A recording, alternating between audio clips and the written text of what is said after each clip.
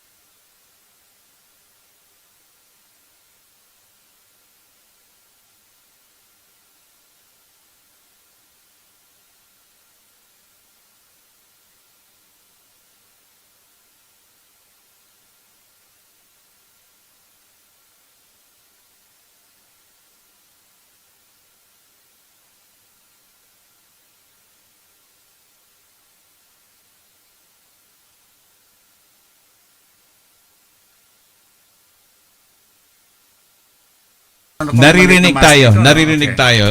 Sige. Live and clear. Okay. So first question, of course we are excited for having you to run for this riding and sabi nga nila excited yung mga Pilipino na may Pilipinong kandidato. Sabi nila dapat may representation. So ito na, parang malapit na. Ang tanong na lang ngayon magkaibang partido. Nahahati tayo doon sa areang yun, ano. Pero sabi naman ng iba, forget about the partisanship. It's all about sending someone which is to represent us in the parliament. So I think yun ang pinaka-importante. So first off, who is Julius Tiangson? And why is it important for the constituents of York Center that they should vote for you or pick the Conservative Party this Monday, October 26 by election? Yung una yung katanungan mo, Yes. masyado naman kasing layered yung mga katanungan mo, no? Ano ka muna? Simulan natin yung unang katanungan mo. Ang unang katanungan ay sino nga ba si Julius Tiangson? Simulan natin yung pagdating ko siguro. Lapit ka daw ng Ito kaunti. ganyan. Okay na ito. Yan. Okay. Kasi umihina dahil may shield. Meron tayong PPE ng konti. Sige. So, Alright. Kasi Ayan, mas maganda yan. tayo. Okay, parang yung pampanalo dapat yung good. boses. Kaya, sige, go ahead, Julius. Ako'y dumating dito noong 1985. 21 anyos na ako nung dumating ako, Von, ano? Okay. Meron akong $65 sa aking bulsa. Uy, ang late naman. Oo, pero alam mo, nung panahon na yon kapag dumating ka sa bansang ito, may oportunidad. Di ba? Oh. Maraming oportunidad. May hugot yun. May hugot. Hindi lang ganon, ano? Pagdating ko dito, buti na pinalad tayo ng Panginoon at nagkatrabaho tayo kagad o merong alok na sa aking trabaho nung dumating ako. So nagtrabaho tayo dun sa isang accounting company na ang tawag nun ay Deloitte Haskins and Sells. Ngayon ang tawag lang sa kanila ay Deloitte. Yes. So Pagkatapos nun po ay nakapag-respond tayo sa tawag ng Panginoon sa buhay natin. Ang panawagan pong yan ay panawagan ng pagsisilbi. Pagsilbi sa Panginoon at pagsilbi rin sa kapwa. Kaya naging pastor po ako ng matagal. Mga 27 taon na Tama-tama, may tanong kami para sa iyo. Ang ating panawin ngayon ay pastor. Okay. At kilalang negosyante. Oo. Meron kaming tanong para sa iyo mamaya. Sige, Pero mamaya, ituloy lang natin yung ano. So nung sa loob ng 27 taon na nakapagtayo tayo ng isang non-profit organization na tumulong naman sa libo-libo mga kabataan at mga batang nasa eskwelahan. Yung tinatawag na programa natin ngayong Settlement Workers in School, ay yun po ay nag-pioneer kami niyan noon. Nung pinaunlakan kami ng gobyerno ng Canada na ipatakbo yung programang iyon.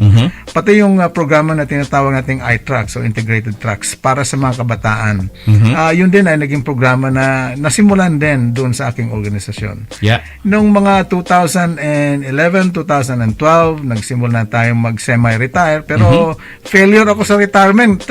Babalik pa rin. Oo, bumabalik, ano? Failure tayo sa retirement. Kaya nagsimula tayo ng negosyo. Okay. At sa pamagitan ng pagsisimula ng negosyo na yon, more on the financial and financial services. Yeah. Pagkatapos investment Marami consulting. na tuloy natatakot mag-retire. Baka maging failure din. Okay. And then sa real estate development, ganon. And then dun sa tinatawag nating impact fund. Okay.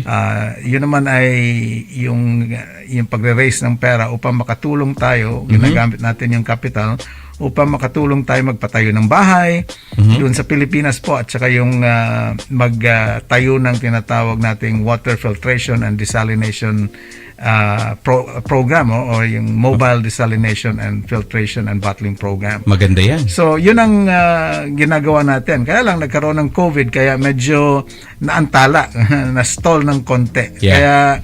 Kaya wait and see tayo doon sa ibang projects natin, pero yung ibang projects naman natin ay tuloy-tuloy. No? Kaya yun po ang naging buhay ko dito. Nagkaasawa po ako, no? May asawa po tayo. Uy, kala ko binata ka. Mukha nga lang, ano. Tatlo ang naging anak ko. Okay. Ang ngalan ng asawa ko ay si Bunny. And then may tatlo tayong anak na si Dana May, si Francis, at saka si Nathan. May kanya-kanya na sila mga sariling kabuhayan. At natutuwa naman tayo dahil, tayong mga parents, no, dito sa pumunta tayo dito sa Canada upang mapabuti yung ating sarili, mapabuti yung ating buhay. Pero lalong-lalo na yung pag nagkaroon tayo ng pamilya ay mapabuti yung kabuhayan o buhay ng ating mga anak, no, magkaroon sila ng tinatawag na hopeful future. Ngayon balik tayo dun sa sinabi ko kanina, no, na dumating tayo dito nung 21 anyos na tayo. 21 years so, old. So matagal-tagal na rin, ano? 25 years ago. 1985 yun. Makakarating ka dito ng merong konting pera and you can make it. You can make it. Nung panahon? Nung panahon na yun. Pero hindi ngayon. Hindi na ngayon. Dahil kung ikaw ay 21 anyos at dumating ka dito sa Canada na meron kang $65, siguro pang Jollibee lang yun. And speaking of Jollibee, marami rin Jollibee dito. Pang Jollibee lang siguro yun, tapos ubos na, no? Hindi na pwedeng umunlad yung buhay mo. Yun ang kakaibahan. Yun ang kakaibahan, Bon. Baka naman yung 65 noon, 65,000 na ngayon. Hindi, kailangan. I don't think so. Mas meron kang 65,000, mauubusan sa loob ng sa loob ng 5 or 6 na buwan, ano? Okay. Ang gusto kong i-point out sa inyo, sa mga tagapakinig mo, Bon, ay ito, no? Kung yung mga dumating noon 35 years ago, pagdating nito sa bansang ito, meron silang oportunidad. May pag-asa. Meron silang hopeful future, you know. Pero yung ating mga ni-raise na mga kabataan at saka yung mga dumadating na mga immigrants na nanggagaling sa iba't ibang bansa, pag dumating sila dito, talagang pahirapan. Wala silang tinatawag na hopeful future. Yung hopeful future ba sinasabi, is that the reason why tumatakbo ka para bigyan sila ng future? Ang gusto ko yung mga darating ngayon ang gusto kong ma-reclaim ay ito. Kung ano yung dinatnan ko na bansa na tinatawag nating Canada, na pinakamamahal nating bansa, ay gusto kong maranasan ng mga taong dumadating dito sa bansang ito at maranasan nila yung naranasan ko na meron silang oportunidad dito. Ang nangyayari kasi ngayon sa panahon natin ito, under this liberal government, ay yung kanilang mga kaibigan ang napapagbigyan ng biyaya. Okay. Yung liberal insider. Napapaboran, ika nga. Napapaboran yung mga liberal party members, mga ganon, yung mga donors nila, yung mga tinatawag na elite doon sa Toronto, yun ang nabibigyan ng pabor. Pero paano naman tayo, mga ordinaryong Canadian, na ordinary Canadians na nagsusumikap, ano? Ang nangyayari tuloy ay sila, kapag nasa Liberal Party ka, kapag kaibigan ka ni Justin Trudeau, kapag kaibigan ka ng pamilya ni Trudeau, at pati yung pamilya ni Bill Morneau, okay ka, mabibigyan ka ng biyaya, magkakaroon ka ng kontrata sa gobyerno. Pero paano naman tayo? Paano naman ikaw? Paano naman ako? Paano yung magiging yung mga anak natin? Yung apo natin, magiging apo natin? Paano naman yung ating mga kaibigan? Lahat tayo inanyayahan dito na dumating sa Canada na ito, no? Para magkaroon tayo ng panibagong panimulain.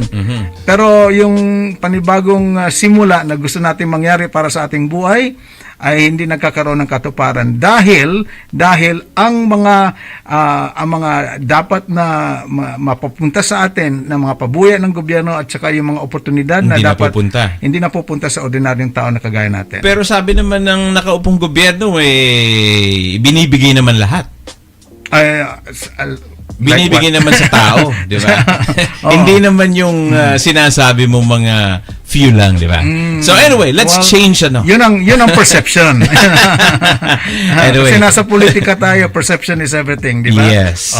Okay, so anyway, maraming pinadala sa ating tanong about policies, about the new leader, yung ongoing Canada response. We have a question here from for LGBTQ. So I will give you this next question. Policies. What are the important policies that the Conservative Party is currently pushing on Parliament Hill today? Kasi kung manalo ka sa Lunes, parte ka na doon. Kasama na ako doon. Kasama na ako doon. Unang-una, tingnan natin yung tinatawag na broad strokes na policy. Okay. Dahil nasa loob tayo ng pandemya ngayon. Itong nangyari, hindi lang nangyari ito sa atin, sa bansa natin ito, it also happened all over the world. So that's one of the things that we are really looking into is what is the response and the proper response with this whole issue called the pandemic, right? Unang-una, napakahalaga na as a country that we would move towards rapid testing, na talagang mabigyan ng COVID test na lahat ng mga kababayan natin dito sa Canada para ang consequence ng rapid testing ay ganito po. Unang-una, malalaman natin kung sino sa atin ang merong tinatawag na COVID-19 virus. It's either meron ka nun o wala ka nun o nagkaroon ka na nun. Ganun lang naman yan Tatlo right? lang yun. Tatlo lang yun. Kapag nasagot na yung tatlong yun, meron ka nun, wala ka nun, at nagkaroon ka nun, right? Pag nasagot na yun, hindi ang ibig sabihin kung ikaw ay meron nun, dapat mag-quarantine ka, magpagamot ka, right? Kung nagkaroon ka nun, ang ibig sabihin ay safe ka na. Pwede ka na mag-interact. Kung wala ka nun, ang ibig sabihin ay mas lalo kang, ang ibig sabihin ay healthy ka. So, anong consequence niyan? Dalawang consequence niyan. Unang-una, ang pinaka-consequence niyan ay ang mga negosyo ay magbubukas. Right? Dahil napakahalaga sa mga negosyo ngayon ay mabuksan yung kanilang pangangalakal para naman magkaroon ng tinatawag na economic prosperity dito sa ating bansa. Okay. And then, pangalawa na consequence niyan ay yung mga kabataan na natin, na bumalik sila sa eskwela.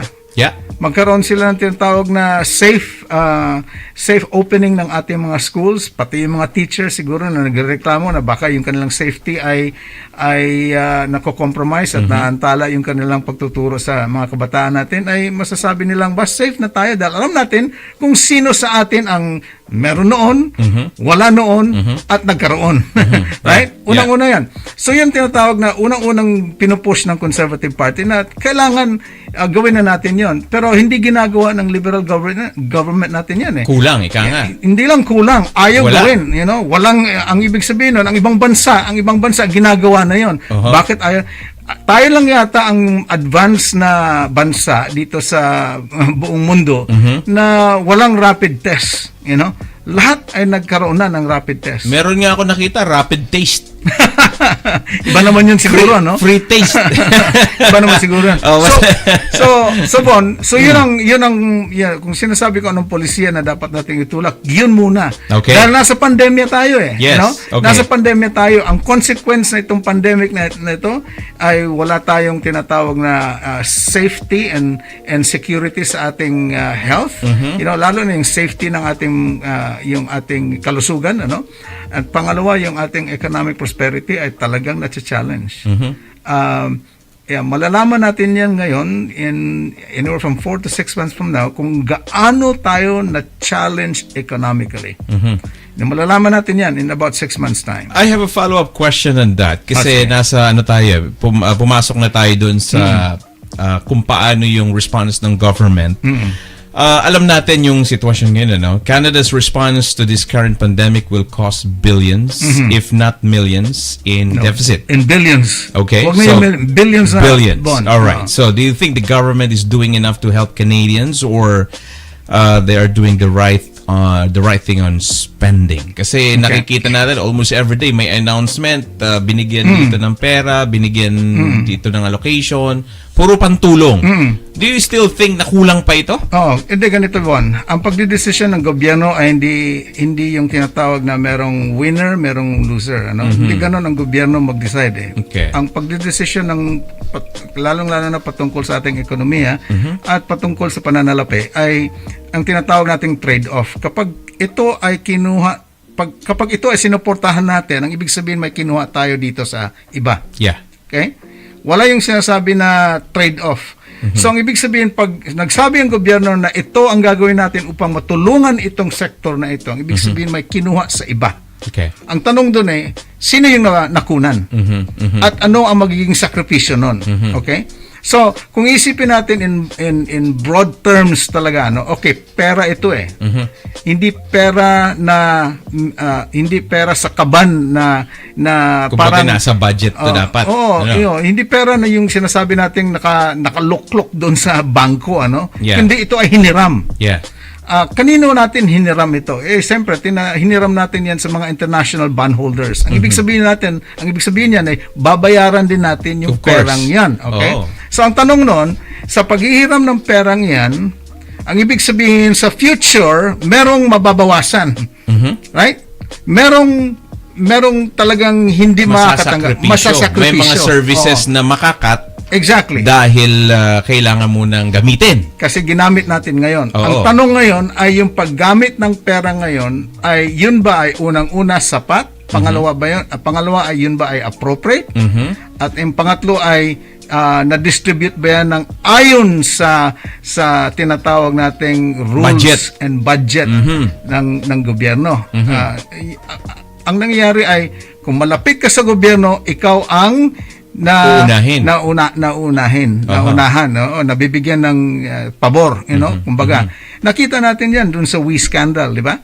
Na yung isang full disclosure ng aking anak ay nagtrabaho doon, 5 or 6 years ago nagtrabaho siya, mga 2 taon o 3 taon siya doon.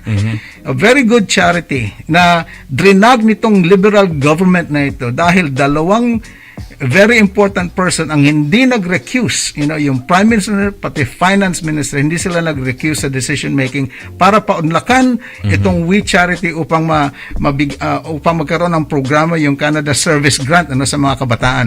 Very good program, supportado ako sa program na yan. Yeah. Ang problema ay yung decision making nila ay mali at unethical, kumbaga. Kaya that's the reason why meron silang investigasyon at naparesign yung Finance Minister. Ang ibig sabihin, malaking pagkakasala ito. Pero ang sinasabi naman, mas kasalanan ito ni former Finance Minister Morneau, kasi ito naman ay ibinigay na sa kanila yung decision making nito.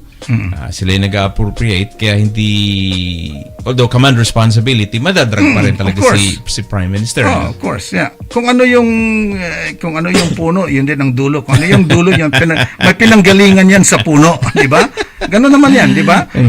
So ang tanong noon, balik tayo dun sa katanungan mo, kung ito ba'y sapat. Sino ang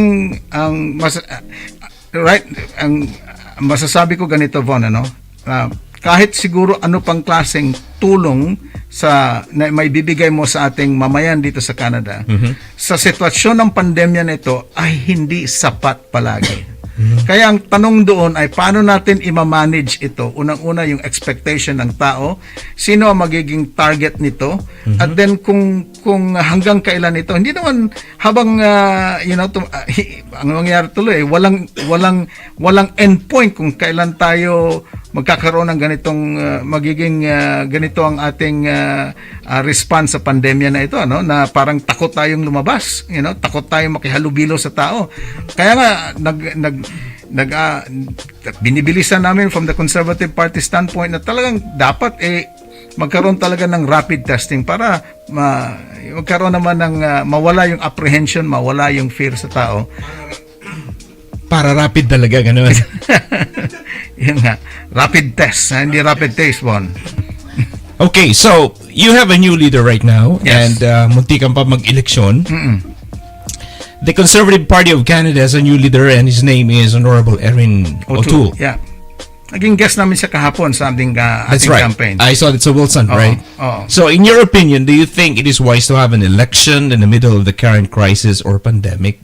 Should the Conservatives succeeded on the non-confidence vote at the Parliament this week? Well, unang-una, that non-confidence vote is not something that the Conservative Party brought upon the House. That was brought entirely by the Prime Minister, who was reckless enough to to make a very simple decision by the House to create a committee on anti-corruption, and by creating that committee, we would look into further the WE scandal and all of the workings of that WE scandal as to what happened in there and some of the redacted documents that needed to be uncovered so that we would get to the bottom of this scandal, right? Now, normally, that is not necessarily treated as a confidence vote. It is now that kind of a decision making one. Ganito ang sitwasyon na yan eh. Yung ganong klaseng committee na kinecreate ng House of Commons is often being referred to yung nag-decide kayo mag-asawa kung ano yung lulutuin ninyo. Ganon kasimple yung decision na yon. And for him to actually make this a confidence or a non-confidence vote shows you the extent of the rut that the Liberal Party and this Prime Minister and his cabinet does not want to be uncovered. Doesn't want it, and that's the consequence of a party and the core of the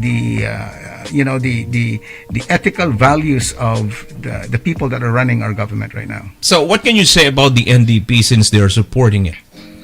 Well, kasi kung wala yung NDP, sigurado, baka election na. And the unfortunate thing is that we have another opposition party that is not principled enough to actually take a stand.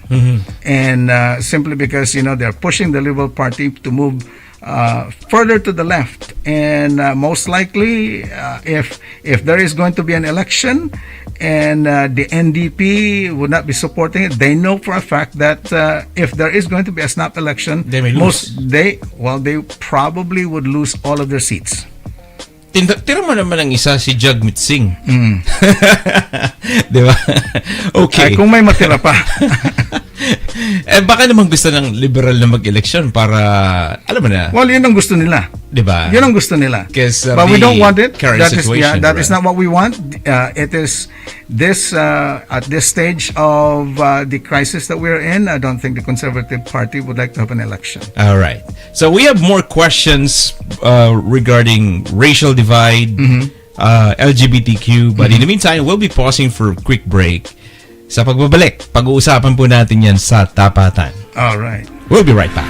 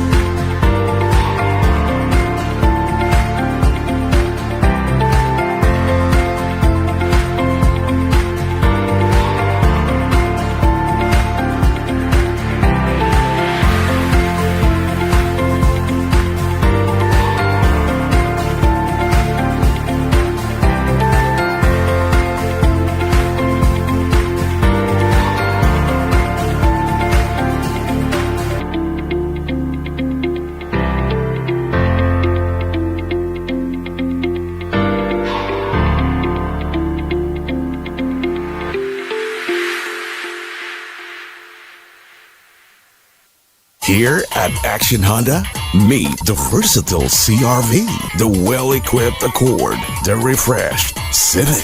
Usap tayo kabayan, dahil kay Paeng Nebres, handa kayong pakinggan. Pasyal ka lamang sa aming tanggapan, 43 Kingston Road at Lawrence Avenue East. Look for Paeng Nebres, 416-281-1234. As always, zero down payment, zero security deposit, or 90 days, no payment. Action never stops at Honda. Action Honda. Magkamit ng malaking katipiran sa mga magbabalik sa paaralan sa pamamagitan ng Freedom Mobile. Freedom Mobile, balik-aral tipid. Kumuha lamang ng Samsung iPhone 11 na may Unli Talk at 10GB data plan na nagkakahalaga ng $70. Kumuha ka na hanggat meron pa. Tawagan lamang ang 647-345-2200 o bisitahin ang opisina ng Freedom Mobile sa 700 Lawrence Avenue West, Unit 124A. Some conditions apply.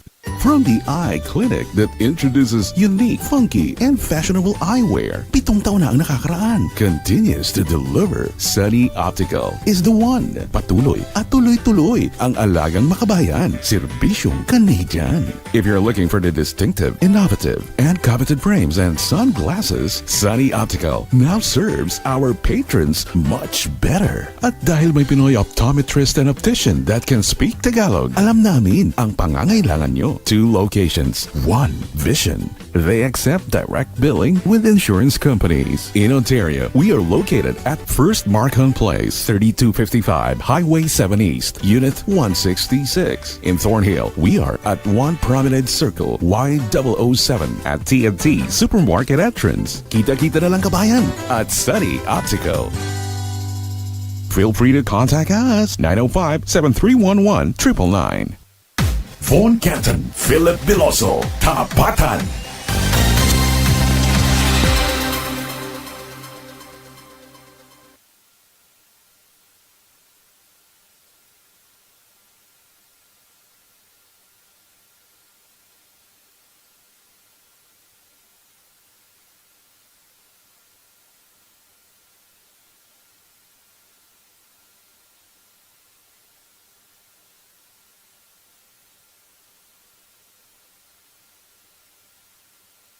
Listeners, kasi kanina nag-post tayo nito. And if you have any question for our candidate for York Center, feel free to send us dito sa stream natin sa Facebook Live. Alright, let's go back to Julius. Why did you pick York Center?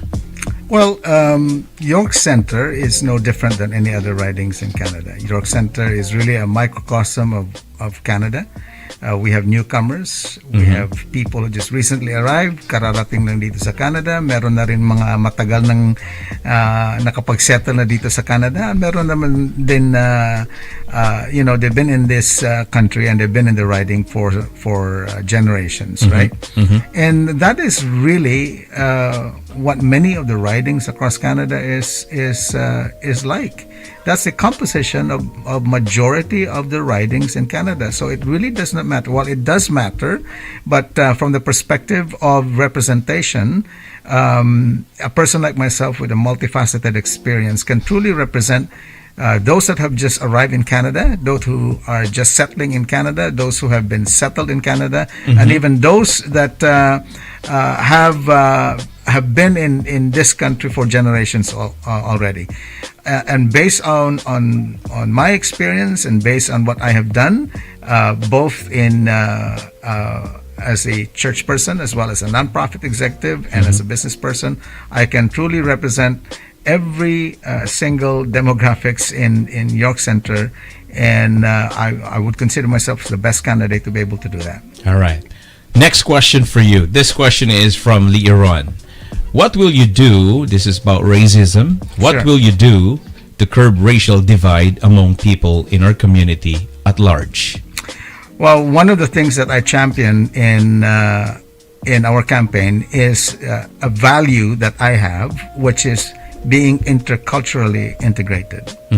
in as much as we do respect the two founding nations, the French and the English, as well as our First Nations. Okay. And we respect the fact that these founding nations and the First Nations have built up Canada to where it is at right now. But then at the same time, the advent and the influx of many people that have come to this country and have settled this country, they bring with them the best of their cultures, right? The very best of who they are, the very best of what they represent, and the very values that they are proud about regarding where they come from. And so I wanted to present really this whole concept called interculturally integrated. It's almost like looking at Canada as a kaleidoscope. You know, when light is being shone on a kaleidoscope, it forms a beautiful intermix of Colors, and light and shapes. Though they may look distinct, you know, because of the colors that it would emit, but it is shown as one new light. Yeah. Or a kaleidoscope of images and a kaleidoscope of lights. And the consequence of that, it looks more beautiful, not just from the outside, but from those who would experience it. And that could become really a true symbol and a beacon of what Canada is all about to the world. Yeah. Making this country a very successful place to come into. Now, I don't look at York Center as having a Jewish community. I don't look at York Center as having a vibrant Filipino community. I don't look at York Center as having a Vietnamese community or a Chinese community or a Tamil community or a Korean community. I look at York Center as one community where they can become interculturally integrated with one another, so that our celebrations, our food, our culture, even and the very best of who we are and our values, that is something that we can share with one another and celebrate it together. So that is what I would say, being interculturally integrated, so that we don't look at each other. Lalo na sa pandemya ngayon, no? Yeah. We look at each other with so much suspicion. Oh, baka may germs COVID ito, yan, may COVID ito, you know. Lalo pag singkit, no? Kaya nga. So what I'm saying. Buti na di tayo singkit. Well, kaya nga. Egay lang. Kaya nga may. If we have that already as a result of the pandemic. And if we also have that, what I would say, balkanization of York Center, where yan ang Jewish quarter, yan ang Filipino quarter, yan ang Tamil quarter, yan ang, then we become even more suspicious of one another. So what I'd like to really do is to make sure that there is enough outreach and enough effort from those people of goodwill who are conscious enough that we need to interculturally integrate each other to one another, so that we can truly feel that we are Canadians first and foremost, and nothing else matter when it comes to representing who we are as a people. Nice. Okay. All right. So I think parang screening to. I like the I like the way we do it, yung topic and then the title, subtitle. So next question is all about recruitment. Dito na papasok yung immigration. Kasi alam ko mainit na issue ito and nakikita rin naman natin sa social media. Wag na tayong lumayo. Let's go specific with the Filipino community. Itong the rise of illegal recruitment in Canada. All right? Victimizing applicants abroad. Yes. What measures will you put in place to curb it? Again, galing din to kay Leon. Credit to Leon. Well, first and foremost, there are already existing laws. I think when the Conservative Party was in power, we truly enforced those laws. And in fact, we have strengthened laws and regulations that would protect people that have been victimized by illegal recruitment. And so the question really is to the Liberal government, what happened to those laws? Were they ignored? Was there a lack of enforcement? It's not for the lack of rules in place. It's not for the lack of laws in place to protect people that have been victimized and to prevent people from actually going after vulnerable people. It's really up to the government of the day who would actually enforce those laws. And the consequence of non-enforcement and putting, again, that's what I've said, Vaughn, government decides on trade-offs, right? Yeah. If if they put more money on yung tinatawag nilang irregular immigrants or illegal immigrants and illegal refugees, that means you're taking money from enforcement. Ganon ang nangyayari. Unless it's already been in the budget, then susundin yon. Gagamitin yung budget na yon. It doesn't matter whether it is in the budget or not because the government, although that is, pag pinas mo yung budget, Diba misappropriation yon? If you And that's- touch other budget, you can easily change that either through a regulatory framework or you can introduce a subsequent bill that would allow reallocation of those budget. Again, there's no such thing as winners and losers when we talk about money and the government is the one making a decision. We only talk about trade-offs. If the government of the day is more concerned of the welfare of illegal refugees and illegal migration to Canada, therefore it is taking money away from the enforcement of illegal recruitment. That's what happens. Yeah. So if you take that away, so who's going to be left up and be victimized? Obviously, the people on the short end of the stick, those people that have not been protected by our laws. And that's a problem. And we have to put in jail those people responsible for the illegal recruitment. Well, let's not go to that extent until all of those people have been proven. Because as far as guilty. I know, this problem has been, it's been happening around for a long time, and it's just not like just implementing about exactly, and it's the laws. And I want you to know, Von, illegal recruitment is a behavior that is not necessarily the hindi lang tayo ang gumagawa niyan. Yeah. Yeah, I know. It's endemic in all other communities. The reason why I opened this because tomorrow for another episode of Tapatan, we have a guest actually coming from the police force because this illegal recruitment here has victimized almost $10 million, and these are not small amount. They're talking about of investment.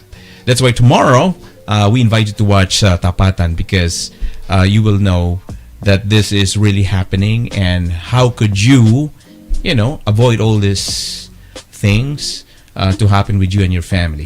So yan, bukas po yan. Alright, next question tayo. Okay. LGBTQ. Yan ha? Ito yung maraming tanong dito. Kasi we know for a fact that Canada is a very welcoming country.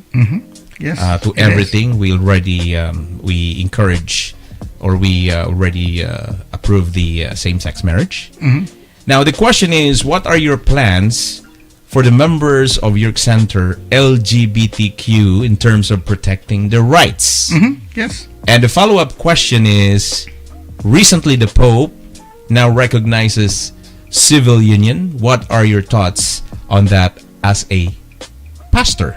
Okay, let me talk about individual rights and freedom. One of the reasons why I love Canada and one of the reasons why I actually settled in this country because of individual rights and freedom. I came here in the early 1980s, and you and I know what happened in the 1980s, early 1980s and late 1970s in the Philippines. There were towns in the Philippines that were overrun already by the Communist Party of the Philippines to their New People's Army. Davao City at that time was about 20, maybe 25% being influenced by the New People's Army and the Communist Party of the Philippines. And the consequence of that is by the time it's 5 o'clock in the afternoon, you cannot see a single soul actually walking around the city of Davao simply because everyone is afraid. In other words, our individual rights and freedom have been curtailed because of that fear of violence against people that may object against the policies and the encroachment of the Communist Party of the Philippines and the New People's Army. In fact, the factory where father had his business, at the back of it, it's called Barrio Patay. It was the killing fields of Davao City in That's why it's Agdao. called Patay. Yeah, Barrio Okay. Patay. Every single day there is a public execution of people that would go against the Communist Party and the New People's Army. So I grew up in that milieu, and that's the reason why when it was there was an opportunity for me to actually get out of the Philippines, my dad says go. Go. And so at 21 years old with $65 in my wallet, my dad paid for my airfare and so on and so forth. And you left. And left. Tried to find a future and a hopeful future here in Canada. And you're single that time, right? I was single. And this is the most, the freest country that you could ever have in this planet. Now, individual rights and freedom is something that is a bedrock value in my heart. Now, LGBT rights is an individual right. It is every person in this country is free to love whoever they love, to marry whomever they marry, to be with someone whomever they want to be with. Because we have given that as a society to them. And so as a person who values individual rights and freedom, I will protect that individual right and freedom. And I will respect that.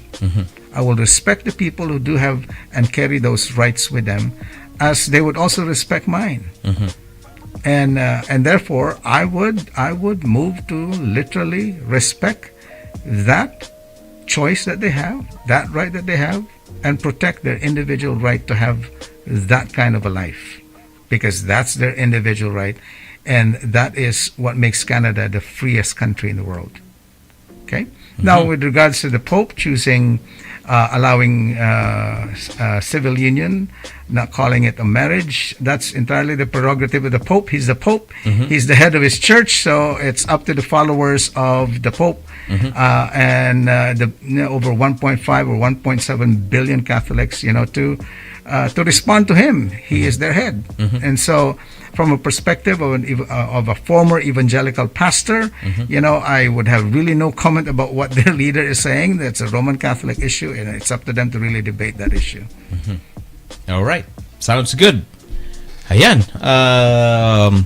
I think, sarap pakinggan ng mga paliwanag ni ni Julius. So, eto naman ang tanong natin. Punta tayo dun sa to-do list mo. Yung question naman nito ay galing kay Christian Pascual. Okay. If you win this by-election in York Center this coming Monday, don't forget to vote. By the way, August 26. Bumoto po kayo. October 26 na po. Which is a stronghold of the Liberals for a long time federally. What will be your first on your to-do list kung manalo ka sa Lunes? Well, unang-una ay siyempre mananawagan tayo sa buong York Center, na nagkaroon na tayo ng by-election, napili na ninyo kung sino maging liderato ninyo, kung sino magiging leader who will represent York Center to Ottawa. So, I think it is incumbent to those who would win that by-election to first reach out, obviously, to all of the opponents, thanking them for the fact that they ran, and it's very difficult to run a campaign and to run to seek public office in this country. I think we need to recognize that and thank them for their acts of sacrifice, so that what they've done is a symbol of what Canada is all about, a democratic country that a seat is being contested by several other candidates. So reaching out to all the candidates and to all of their supporters also. That's the first thing. The second thing, I think, is obviously you need to figure out how do you manage this vast riding. It's a big riding. It's a big riding. You campaign for just a month? Just less than a month, literally. So you do it every day? Yes, every day. With Jasmine? She's hiding right now. Jackie, I think the team Julius Tiangson is doing really a good job. You cannot mount a campaign without the dozens upon dozens, and in fact we have almost 300 volunteers in this campaign. Who have given their time, their both effort, financially, their energy, physically, finances also as well. I owe it to them. I really owe it to them. I can only provide inspiration. I can only provide direction, and I can only provide an example of what a true candidate and a true campaign should look like. But at the end of the day, if people don't respond, the campaign is dead in the water. But the reality is we have good people who actually gave their time, their energy, and their effort.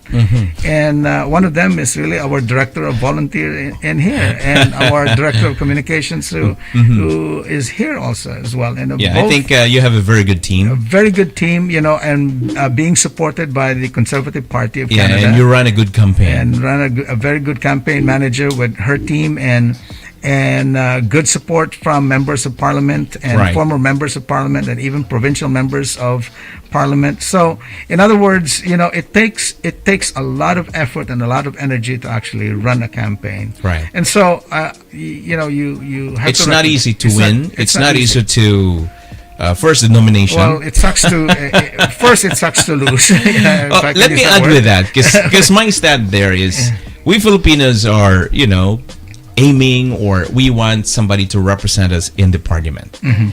The question now is, should it be from the liberal or conservative? For me, either. Why? We should have one voice, right? Mm-hmm.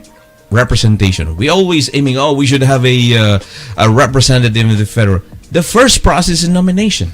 That's correct. And we have a guy here in front of us. His name is Julius Tiangzon. Was ready to go and ready to fight. And now asking for your vote on Monday. And we will make it happen. Andun na tayo eh. Nandun na tayo sa kaunti na lang eh. Forget about partisanship. That's all I can say. Let's send Julius to Parliament because 2 araw na lang butuhan na. If I may ask, how many voters, registered voters in York Center? There are at least 71,000 electors in York Center. And 17% of population there is Filipino. According to the 2016 census. Right. So we really have to appeal with them. Alam mo, minsan yung kaunting difference of votes.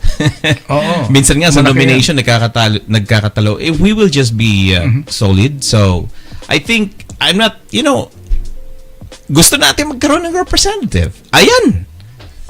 Botohan na sa Lunes.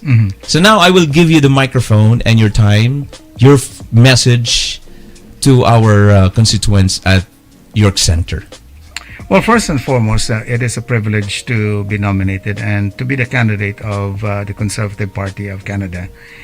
It is a process that is often, it's tough to be a candidate and to be first to go through a nomination and then to become a candidate.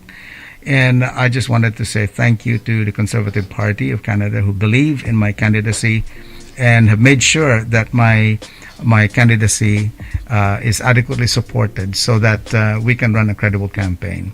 Now that the party is behind me and I have incredible campaign staff and supported by over 300 plus volunteers, I'm asking all of York Center to please cast their ballot and mark an X beside my name, Julius Tiangson, on October 26.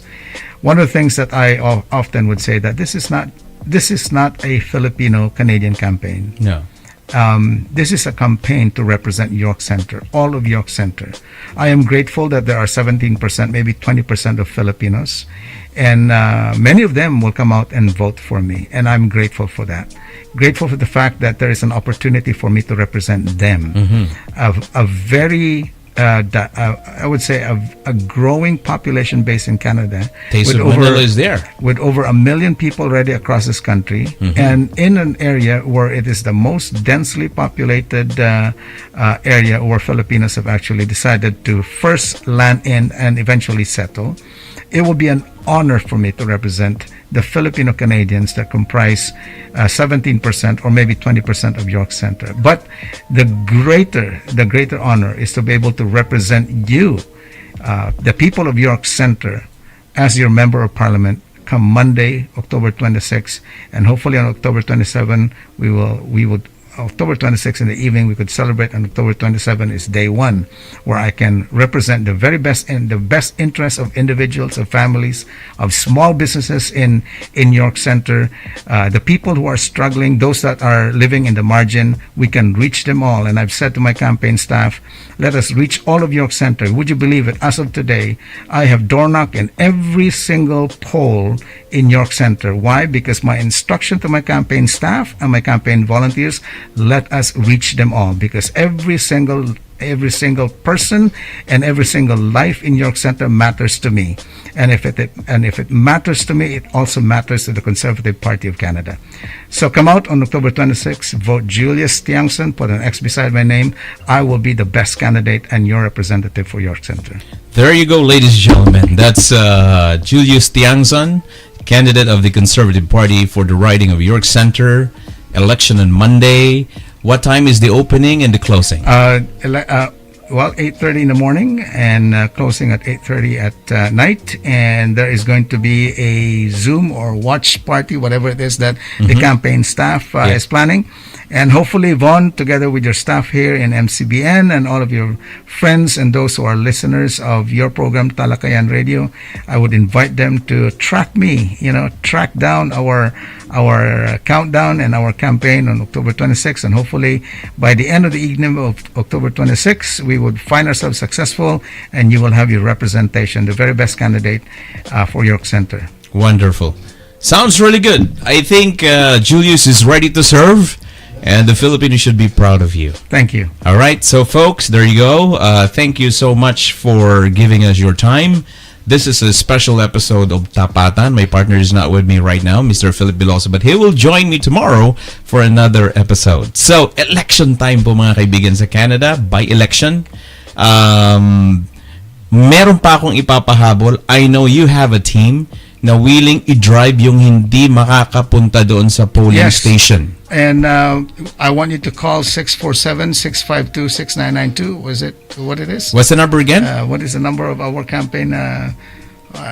I should have my ito po yung mga may mga difficulties sa transportation because sometimes if you do have any questions or if you have any concerns and more information that you wanted to know, check my website votejulius.ca.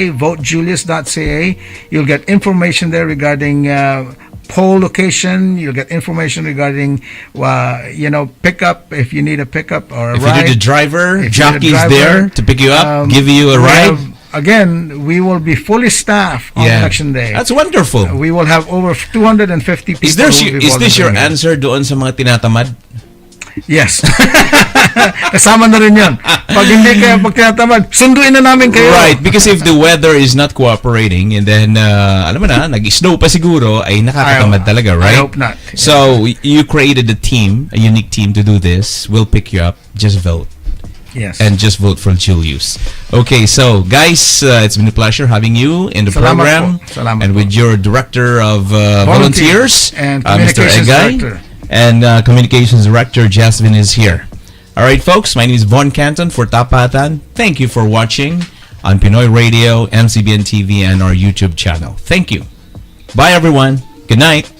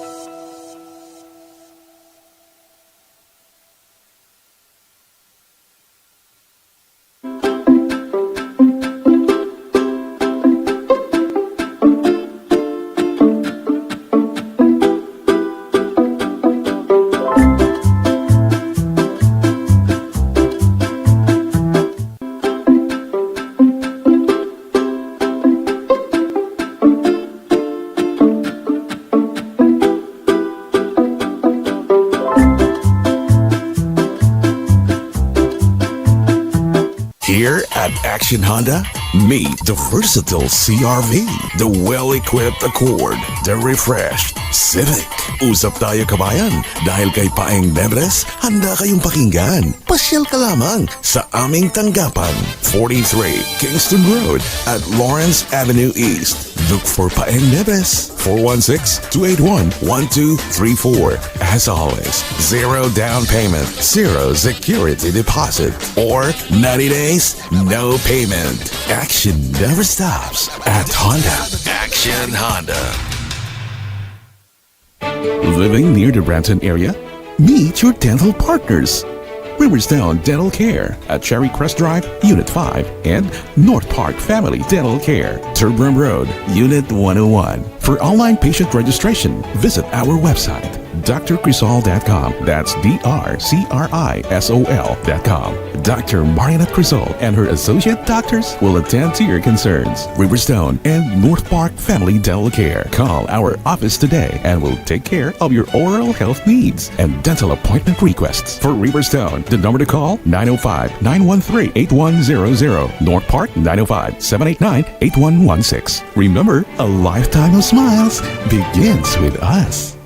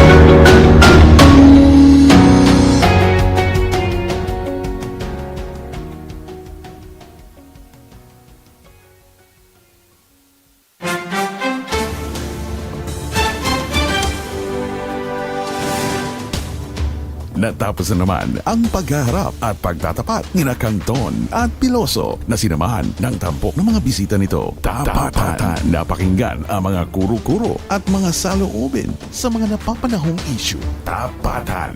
Tayo muling magtapatan. Hanggang sa susunod na Sabado, samahan niyo muli kami sa himpilan ng mga Pilipinong nangungulila sa bayan mo. PinoyRadio.com at mcbn.tv.